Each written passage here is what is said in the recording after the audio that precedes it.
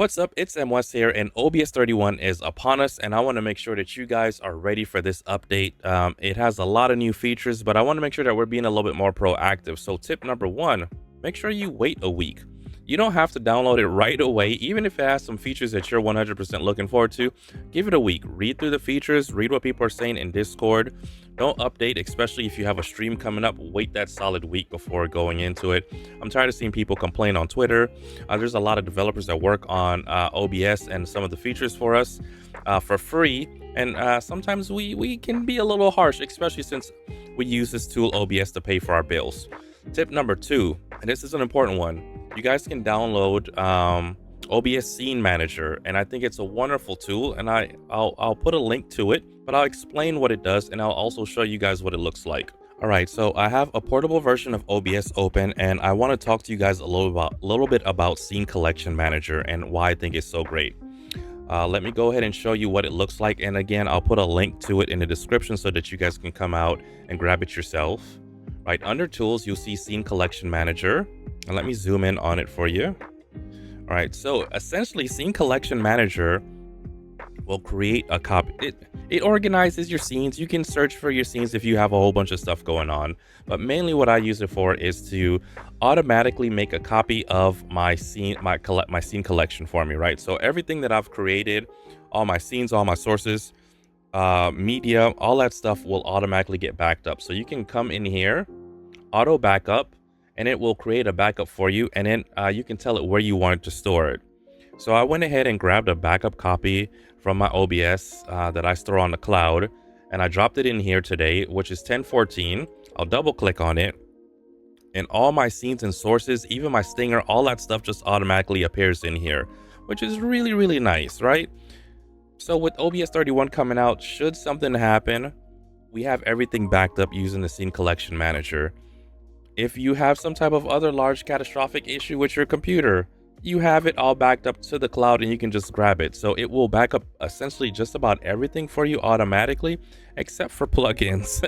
I wish it did plugins, but to have your media and all your scenes and your settings and all that stuff is really dope. So I would highly recommend it. That was tip number two, and this is tip number three. Let's say you've had it with OBS 31. You're like, you know what? I'm going back.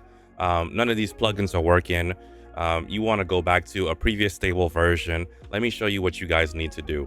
And so as you can see right now, I am on OBS 31 beta. I'm checking it out on my portable version of OBS. What you would need to do is you would need to go out to the OBS website, and I'll go ahead and put links to all of these things so that you guys can roll back accordingly. And you'd pick between Windows, Mac, or Linux, whatever, however, wherever you're using it, right? So you'd click on Windows. You go over here to where it says download, and let me zoom in a little bit so that you guys can kind of see what I'm doing. Click on download, and then it says previous releases, right here. This is what you'd want to focus in on. You click on that. It opens up a window. You scroll down, you keep scrolling, and once you get to near the bottom of the page, you'll see a lot of different versions. Mac, Ubuntu, Windows Installer.exe. For everybody else, you want to use the Windows Installer.exe. If you're running a portable version of OBS, you want to go ahead and download the zip version of that. You go ahead and click on download. Show all 16 assets. Let me see the rest of them. Windows zip, here we are. This is the one that I would use, right? For me, I'll just go ahead and copy these folders into my portable folder where I have my OBS running. For you, the installer would just go ahead and install. Make sure you close OBS as normal, and it would just install on top of it. All right, and after that installation has completed, just like that, you should be back on the previous version of OBS. Everything should be fine. Let's go ahead and take a look to make sure that that install went through okay. We'll go ahead and zoom in. We are now back on 30.2.3, right? So that's all you have to do. Reinstall from the .exe, and it should be fine. If you're running a portable version, you want to go ahead and download the zip and place the package in the correct folder, and that's it.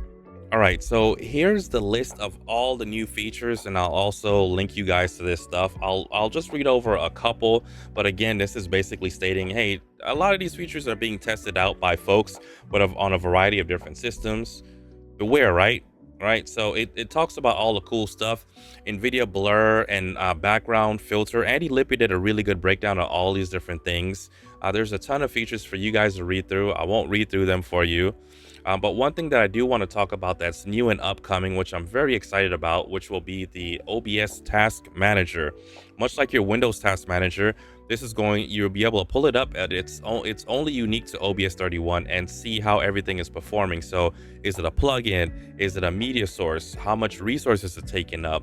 So that you can really optimize, min max your setup to make sure everything is running good. Again, the focus of this video was to be more proactive, to make sure that we're backing up our OBS. We're waiting at least a week after OBS 31 comes out, and if we do go ahead and grab it, how to roll back and deal with those types of issues. I'll go ahead and put a link in the description for everything we talked about. If you guys want to follow me on any of my social, that's going to be down there below. If you guys want to pull up to my Discord and get some one-on-one tech help, you guys can do that too. I'm Mwest. Hopefully this video has helped you in some kind of way. Please like, subscribe, leave a thumbs up, all that jazz. And I am out, YouTube. Peace.